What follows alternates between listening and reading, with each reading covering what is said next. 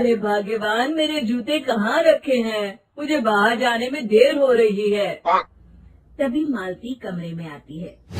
ये रहे आपके जूते।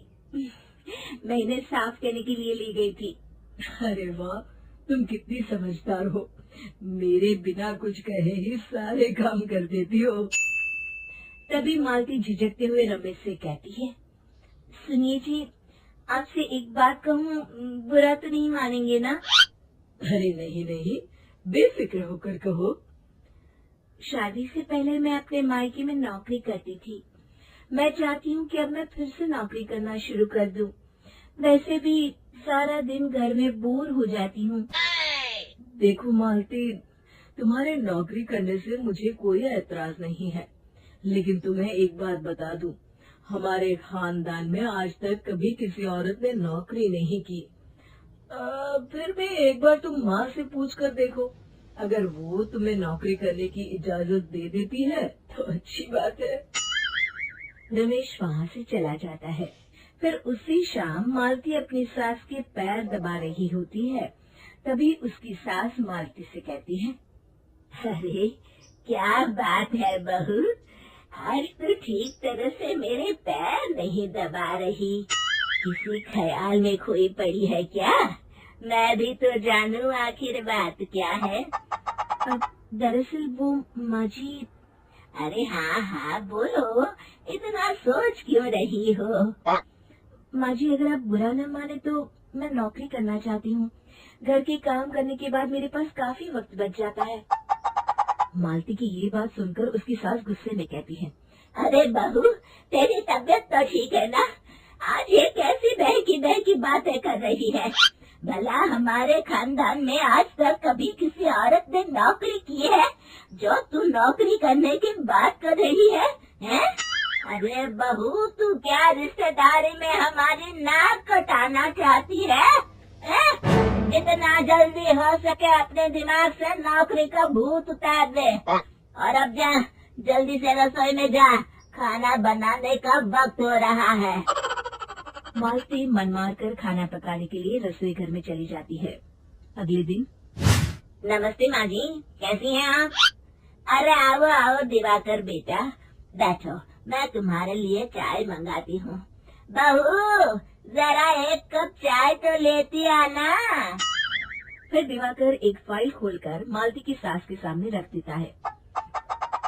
ये देखिए माँ जी, ये है पिछले महीने का हिसाब, और ये रहे मुनाफे के रुपए। एक बार हिसाब देख लीजिए और इन कागजों पर अपने दस्तखत कर दीजिए। अरे दिवाकर बेटा, मैंने भला आज तक कभी तेरा हिसाब देखा है जो अब देखूंगी? ला बता, कहाँ दस्तखत करूं? तभी मालती चाय लेकर वहाँ आ जाती है और अपनी सास को बिना कागजातों को पढ़े इस तरह लापरवाही से दस्तखत करते हुए देखकर हैरान रह जाती है। अच्छा मालिक, अब मैं चलता हूँ, फैक्ट्री में बहुत काम है। फिर दिवाकर वहाँ से चला जाता है। कुछ दिनों बाद मालती बाजार में कुछ सामान खरीद रही होती है। तभी एक बूढ़ा आदमी उसे आवाज देता है, अरे मालती बेटी, कैसी हो? मुझे पहचाना? मैं तुम्हारी कंपनी में मुनीम का काम करता हूँ। हाँ चाचा जी, मैं आपको बिल्कुल पहचानती हूँ। कहिए, कैसे हैं आप? मैं तो ठीक हूँ।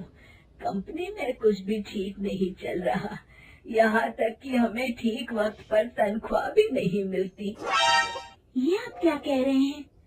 अब क्या बताऊं, आप लोग तो कभी हिसाब किताब देखने दफ्तर आते नहीं।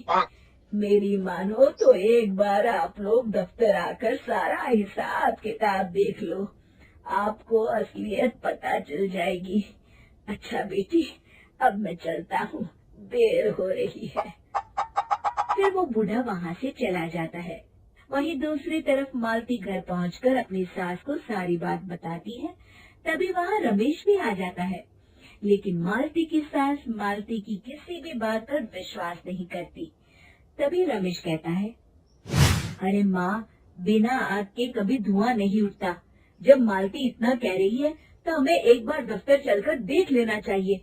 वैसे भी हम लोग काफी दिन से अपने दफ्तर नहीं गए हैं। इस तरह किसी एक आदमी के भरोसे काम छोड़ना मुझे भी ठीक नहीं लगता। अगले दिन वे सभी अपने दफ्तर पहुंचते हैं और सीधे दिवाकर के कैबिन में जाते हैं। अचानक सबको एक साथ देखकर दिवाकर चौंक जाता है। अरे माँ जी, आप सब लोग अचानक यहाँ कैसे आ गए? अगर कुछ काम था तो मुझे एक फोन कर दिया होता, मैं आपके घर आ जाता। तभी मालती की सास कहती है, अरे दिवाकर बेटा, आज मैं हिसाब देखने दफ्तर आई हूँ, जरा मुझे पिछले 6 महीनों का हिसाब दिखाना तो बेटा। दिवाकर घबराते हुए हिसाब की फाइल मालती की सास को देता है। मालती की सास फाइल लेकर मालती को देती है और कहती है, ले बहू, देख ले हिसाब। मालती फाइल को बड़े गौर से देखती है और अगले ही पल उसे सारी गड़बड़ी समझ में आ जाती है। वो अपनी सास से कहती है, माँ जी, मुनीम चाचा बिल्कुल सही कह रहे थे। हमारी कंपनी में पिछले 6 महीनों में जितना मुनाफा हुआ है, हमें उसका आधा पैसा भी नहीं मिला। यूँ समझ लीजिए कि 1 रुपये में सिर्फ चवन्नी ही हमारे हाथों में आई है। मालती की बातें सुनकर मालती की सास गुस्से से दिवाकर को पूछती है, क्यों दिवाकर, मेरी बहू जो कह रही है वो सच है? दिवाकर समझ जाता है आज उसका भांडा फूट चुका है। वो गिड़गिड़ाते हुए कहता है, मुझे माफ कर दीजिए माँ जी, मैं पैसों के लालच में अंधा हो गया था। अरे वाह दिवाकर, तू तो एक नंबर का चोर निकला। इतने दिनों से मैं तुझ पर आंख बंद करके भरोसा करती रही और तू मुझे ही चुना लगाता रहा। अभी के अभी निकल यहाँ से और दोबारा अपनी शक्ल मत दिखाना। दिवाकर वहाँ से भाग जाता है। मालती की सास मालती को शाबाशी देते हुए कहती है, बहू, आज मैं समझ गई कि पढ़ाई लिखाई हमारी जिंदगी में कितनी जरूरी है। मैं बहुत किस्मत वाली हूँ जो मुझे तुझ जैसी बहू मिली है।